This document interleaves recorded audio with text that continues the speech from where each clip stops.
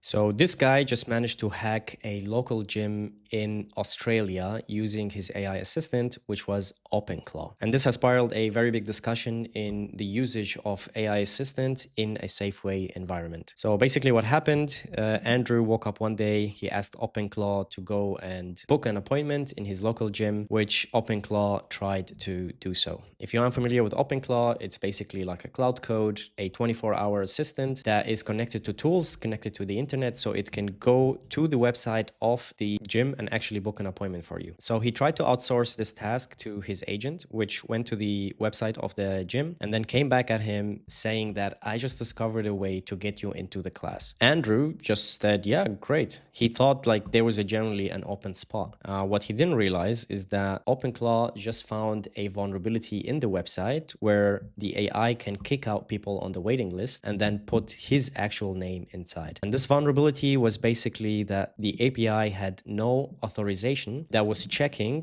on canceling other people's reservations. This is something really stupid, but sometimes these mistakes happen. And if a developer is investigating the API and the website, maybe after some testing, the developer is able to find out this vulnerability and kick these people out. So when Andrew found out that this is what OpenClaw did, he freaks out because he basically just hacked a gym. He asked OpenClaw to, hey, please return these people back because I'm going to get in trouble. And unfortunately, the user, which basically this user ID, was already gone and there was no way to return them. And the person lost their spot at the gym. And the AI said, sorry about that. I should have been more careful and used a dry run approach, etc. Story highlights a very big danger that is coming because of these AI. And it's not only by random people like Andrew hacking gyms by accident. And we started seeing also in other companies where OpenAI model got rogue during training and it hacked a big company like Hugging Face. And Hugging Face has a development team. It's not really well known for their like high security, but it's also a company with very competent developers. Basically, I wanted to share this short video because I thought the story was very interesting, but there's also a very serious lesson here, which is don't blindly trust the AI with your software. Because right now, as the AI is getting more capable, building secure, reliable software becomes even more important. So if, let's say, you just vibe coded your app or you're vibe coding apps for your customers, you really need to make sure that you're testing, you're reviewing whatever the AI is doing. Otherwise, you're going to be the business or the person who's being attacked by now normal people. Because previously, let's say you made some vulnerability in a website or an app that you built for a customer, it wasn't so easy to hack you, right? Like somebody needs to know some knowledge to be able to hack you, like some security, some APIs, etc. But right now, a person like this guy in Australia using his app can basically hack your website and your gym. So for me, this is a very big alarm for a business owner who has some websites and APIs. And if you're a service provider